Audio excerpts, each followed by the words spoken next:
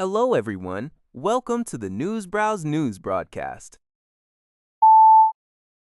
The Canadian press reports that Canada is being urged to significantly increase its global advocacy and foreign aid for gender and sexual minorities.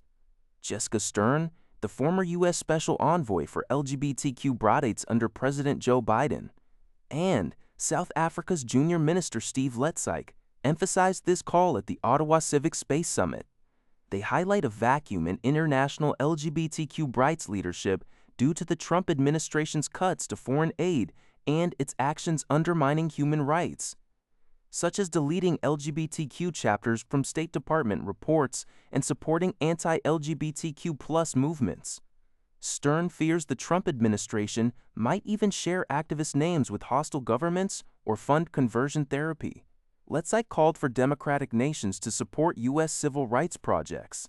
The Dignity Network suggests Canada double its annual foreign aid for LGBTQ people to $20 million, positioning it as a leading voice and a beacon of hope against rising anti-rights agendas globally, which they argue also harms economies.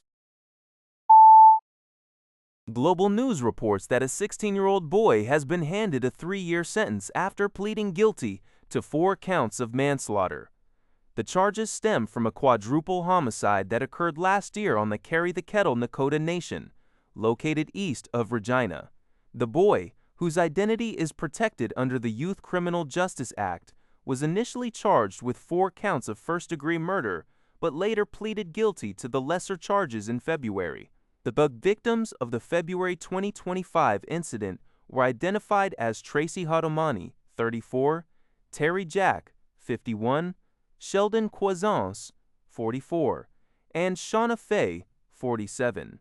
As part of a joint submission by Crown and defense attorneys, the teenager's sentence includes 2 years in custody, followed by 1 year of supervision within the community.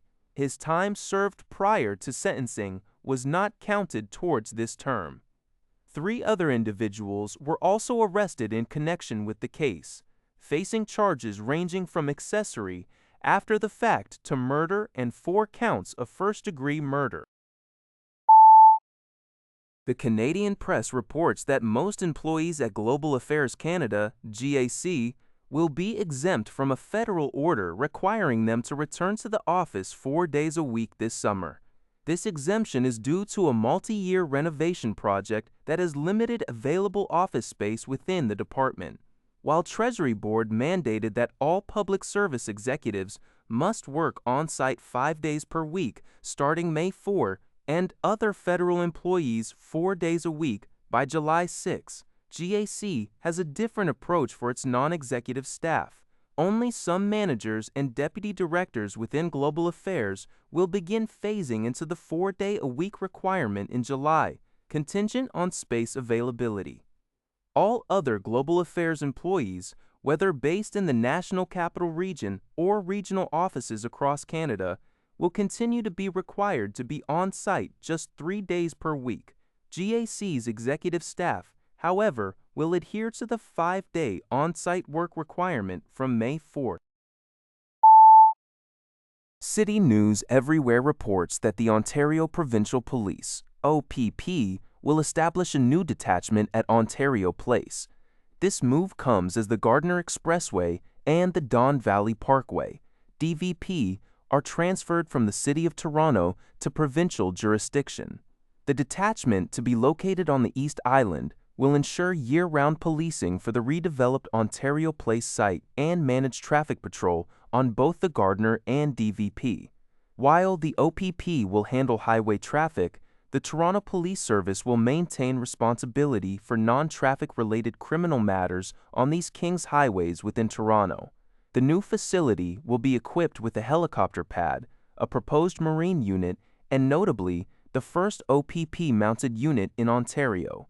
Solicitor General Michael Kersner stated that this detachment is strategically positioned to patrol highways, maintain a strong policing presence, and ensure the safety of visitors to Ontario Place. This agreement for highway uploads was reached as part of a deal where the city ceased its opposition to the controversial Ontario Place redevelopment, which includes a thermi spa and water park, a new Ontario Science Centre, and a revamped performance venue. Global news reports that the Royal Canadian Mounted Police, RCMP, are renewing their appeal for public assistance in solving the 2011 homicide of Jason Nunn in Thompson, Manitoba, marking 15 years since his death. On April 24, 2011, Nunn, who was 25 at the time, was last seen leaving the Element restaurant and lounge around 2:30 a.m. after spending a night out with friends. Hours later, at approximately 6:15 a.m., his body was discovered in a parking lot behind the Juniper Center on Nelson Road. Nunn's sister, Maven Hall, shared that her brother had been training to become a mine refinery worker and fondly remembered his love for music, especially playing the guitar, and his outgoing nature. She expressed the family's deep longing for closure, stating, "My brother's life was taken when he was just 25 years old. Now, 15 years later, I see how young he truly was." Investigators believe that someone possessed crucial information that could help resolve this case and bring peace to Nunn's family. Anyone with information is urged to contact Manitoba RCMP, Major Crime Services, or Crime Stoppers. That's all for this video. Thank you for watching. See you in the next video.